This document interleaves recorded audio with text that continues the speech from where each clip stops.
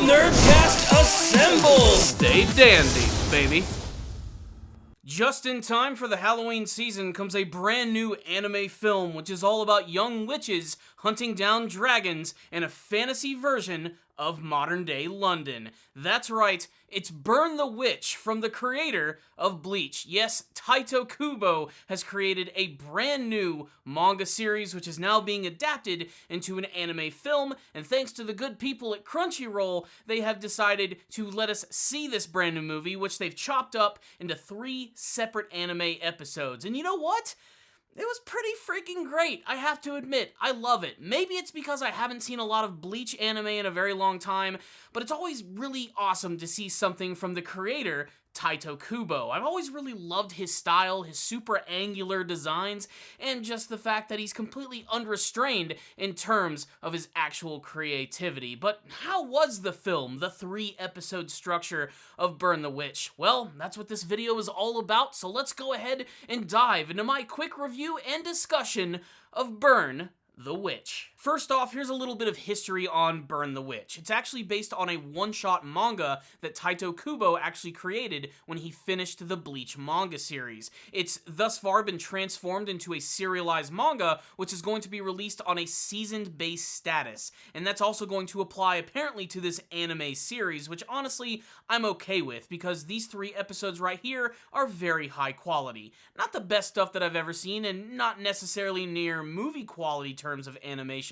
but still a lot better than the type of stuff that you would see from your typical anime that runs on a weekly basis. It's a glorified OVA, and I'm okay with that. I also want to go ahead and put up a big ol' spoiler warning right now. I am going to be talking about some of the bigger aspects of the series, and of course what makes Burn the Witch so special in the first place. Now that we've gotten that out of the way, I just want to mention that this is not actually my first exposure to Burn the Witch. I remember reading the one-shot when it was released for the very first time, and I really enjoyed it.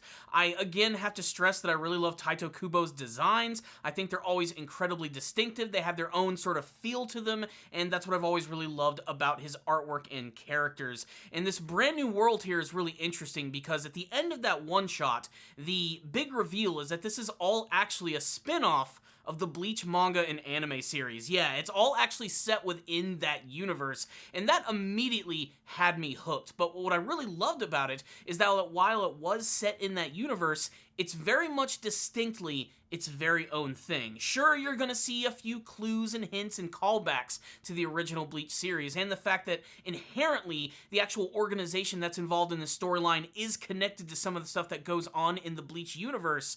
Burn the Witch is kind of its own thing, and I really do love it for that. First off, I want to talk about the title. I love it, but every single time I say it out loud, I'm immediately reminded of Monty Python and the Holy Grail. What do you do with witches? But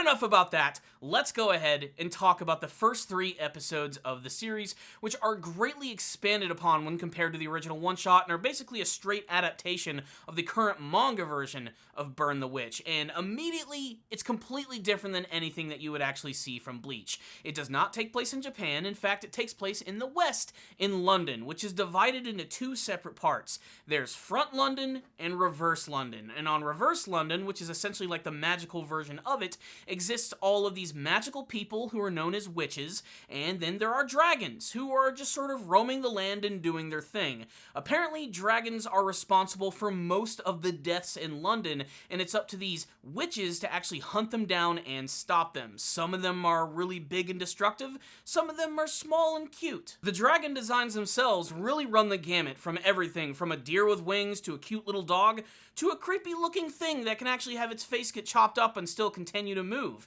There's traditional looking dragons, there's skeletal looking dragons. Really, that's one of my favorite things about the series is the overall creature design. I loved it. But to back it up, of course, are some pretty amazing characters, and we get introduced to 2 of them in the first major film of the series, which are our 2 main leads. There's Ninny and Noelle. And I have to say that I really love the pairing of these two characters, and I love that it's really great that in what is essentially a shonen battle manga series with some fantasy and supernatural elements, we have two female leads, which is pretty freaking great. I always thought that Tite Kubo could create some really great female characters, and these characters right here are instantly classic, and the way that they play off of each other is a lot of fun. Nini, I have to admit, is not my favorite character in the world, at least initially. She's the type of character that on her own simply would not work because the fact of the matter is, she's a bitch. She's just a total freaking drag the entire time. She's hot-headed, she's short-tempered, and she just wants to be the very best like no one ever was. Insert Pokemon joke here. But she's complemented perfectly by the character of Noelle, who is the exact opposite in every way. Cool, calm, and super freaking awesome with her magical abilities. Basically, they're a firecracker and a bottle rocket. One of them is a little more refined in the way that it executes its big explosion, and the other one just straight up explodes in your face. These two girls are a part of this organization which is known as Wingbind, and apparently their entire goal is simply to monitor and regulate all of the dragons within Reverse London, to guarantee that they don't go on rampages and kill people and cause all sorts of trouble, as well as also sort of governing the law of this world. The problem is there's a number of people within this world who constantly get involved with dragons, and they're known as Dragonclad, and one of them is introduced in this episode, our male lead character, who goes by the name of Balgo Parks. Balgo is just a doofus. He's just a dumb character. He's the side character, the joke, the comic relief, whatever you want to call him. He's not really a main character of the series, but he is a main focus of this story, and the only thing you need to really know about him is that he has really bad luck. He seems to be constantly attracted to dragons, or dragons are attracted to him, which means lots of trouble ensues. He's also head over heels in love with Noelle, which is mostly played for laughs in this episode, and every single time he's on screen, I have to admit I cringe a little. But again, he's complemented again by all of the other characters in the series. Speaking of characters, they introduce a number of them throughout this entire film and in these episodes. And basically, it looks like they're starting to build up sort of like the hierarchy of this world and how Wingbind works and how there are these various different groups and ranks which actually exist within Wingbind. It's strikingly similar to how everything works in Soul Society in the Bleach series. It's just that here things have different names and everything is executed oh so slightly and differently. The higher-ups of the group, which I think are incredibly awesome, who go by the name of the Sabers, all have a number of really interesting character designs. The one who gets the most showcasing in this film is a guy who might have the coolest damn name that I've ever heard.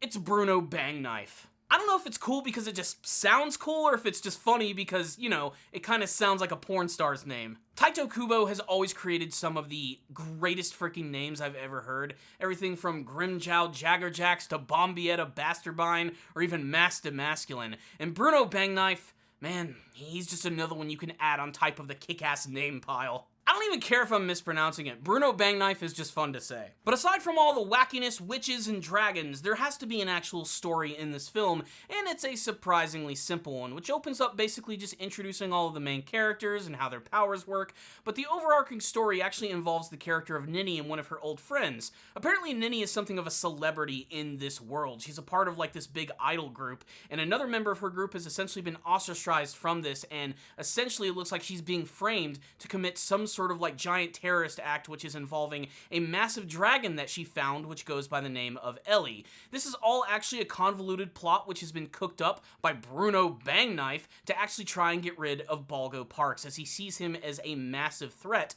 to the existence of this world and this whole crazy dragon thing.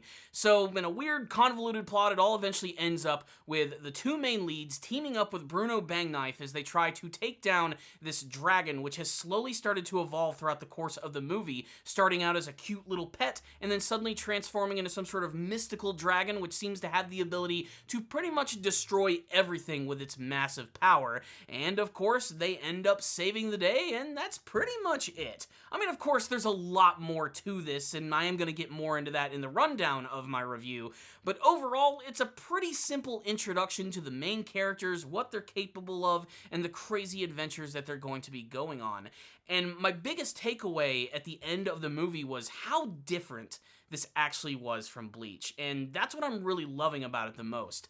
The fact that it is set in the same universe as Bleach made me feel at first that maybe they were going to rest on the laurels of all of the things that you actually saw in that show, using a lot of the same jargon, hollows, zanpakuto. None of that stuff is actually here. The way that the characters actually battle is completely different. The fact that they have broomsticks, which are essentially living dragons that they can fly on. The fact that they use magic in these weapons, which are known as witch kits, which essentially are these little ray guns, which can also be transformed into horns, which allow them to use magical powers. A lot of these magical abilities look really elaborate and inventive, and I really do love that a lot.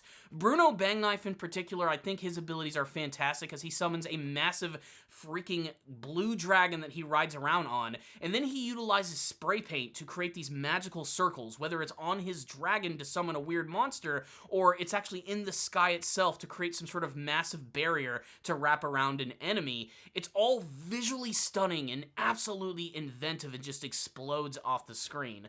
But ultimately, what ends up making Burn the Witch are the characters themselves, and the fact that the story itself doesn't really seem to take itself too seriously. Every single time something really nuts is going to happen and it looks like it's going to go into extreme dark territory, they somehow pull the rug out from under your feet and end up throwing a joke right in your face. And a lot of the times, this can end up not working. The characters here absolutely make it work every single time. And that combined with the visually awesome look of the backdrops and this version of London, which looks kind of old school, the creative monster design, and just the fact that these characters are really fun to spend time with, make this a one bombastic film that honestly I just have to recommend to just about all anime fans. I really did love this a lot, and I can't wait to see more of it in the future, but there's a little bit more to unpack, and we're going to jump right into that, into the rundown on the very first film, Burn the Witch. First off, let me just say, I had a lot of fun watching this. I think it's really unique, and it's a brand new world that honestly has me pretty intrigued. Anything from Tite Kubo at this point, I'm definitely going to eat up, but you can definitely tell that he's having a lot of fun doing this and creating something brand new, and ultimately, I think it paid off. But again, it hasn't even really scratched the surface of what this brand new world is going to be capable of. This is straight up just an introduction to what this world is, and there's so much more for it. I mean, they introduce so many characters in this episode who don't even get to do anything. They just sort of get to stand around and look really awesome. Like, the whole concept of Wingbind is interesting, especially from the mindset of a Bleach fan. The big reveal, of course, at the very end of the episode is that Wingbind is actually a branch of Soul Society. They're the West branch, and they do things differently. They don't hunt down hollows, they hunt down dragons. That's kind of their thing. They have their own unique set of powers and abilities, but there are some not-so-subtle connections to Soul Society and Bleach in general, and a lot of that comes from, believe it or not, the character, I believe, of Balgo Parks, who by the end of the film actually reveals that he can actually use some magical abilities as well. At the beginning of the episode, as a joke, he is handed a horn by Noelle and Ninny, and by the end of the entire special, he ends up using it to summon a weapon, which essentially is a sword.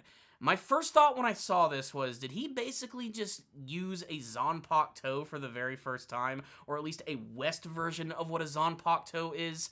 It's remarkably interesting to say the least, but what truly makes this special are the two main characters. I mean, Ninny and Noelle just play off each other in the most perfect of ways.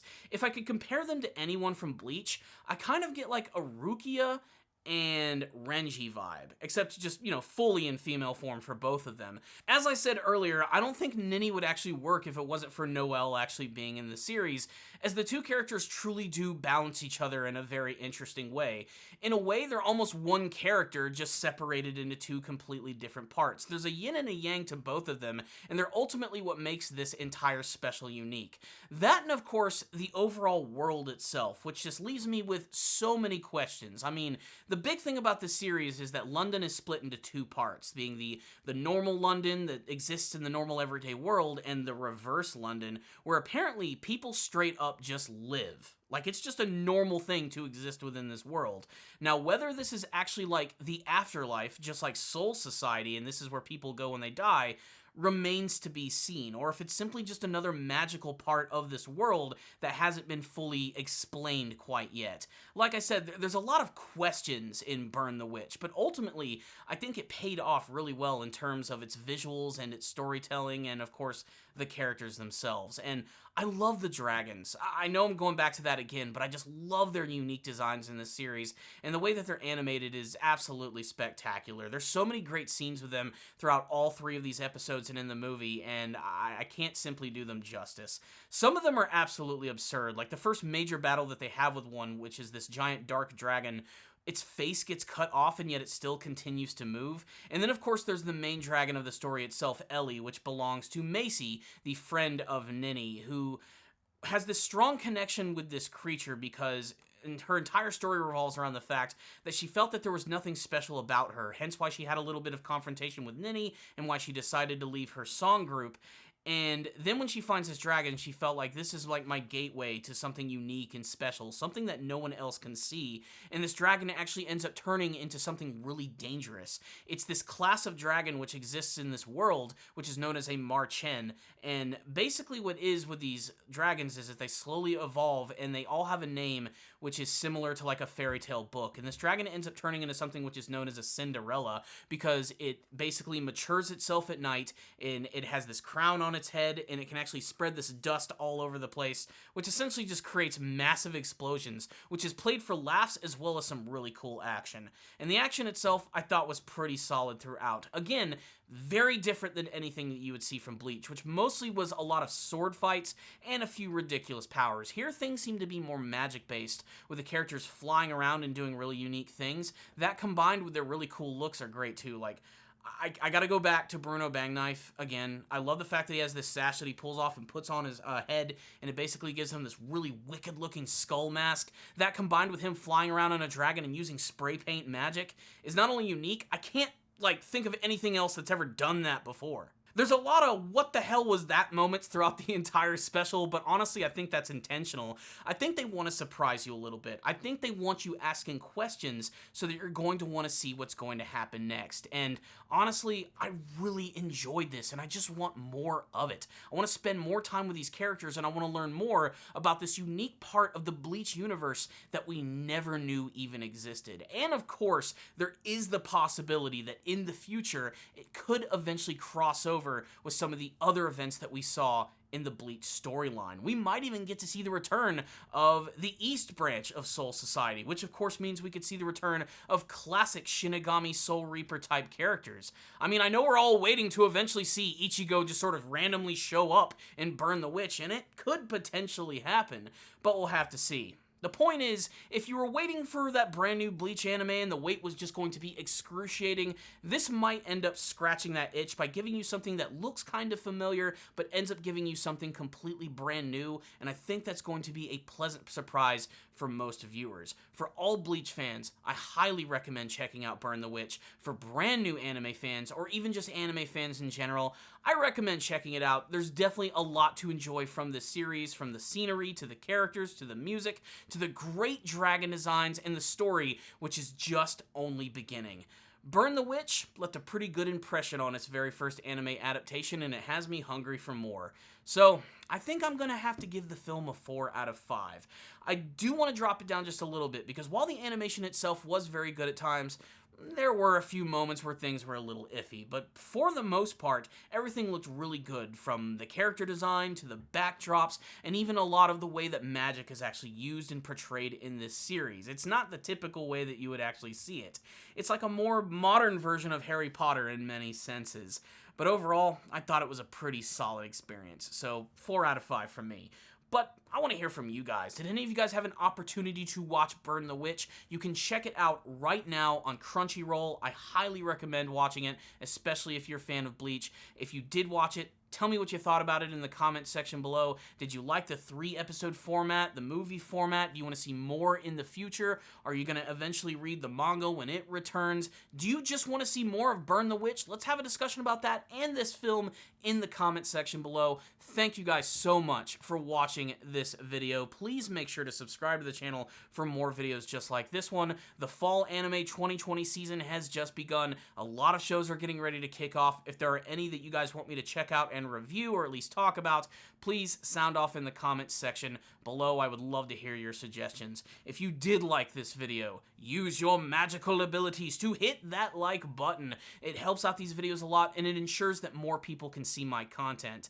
Speaking of my content, I want to thank my patrons. You guys are awesome. Not only are you watching all of my videos, but you're making monthly donations, and I cannot thank you enough for that. If you want to join the Ace Guru Nation, please check out my Patreon page. I will accept any and all small donations. Remember, first-time donators, I will review an anime series of your choice. So thank you guys so much for watching this video. I'll see you all next time. And as always, stay down there, baby.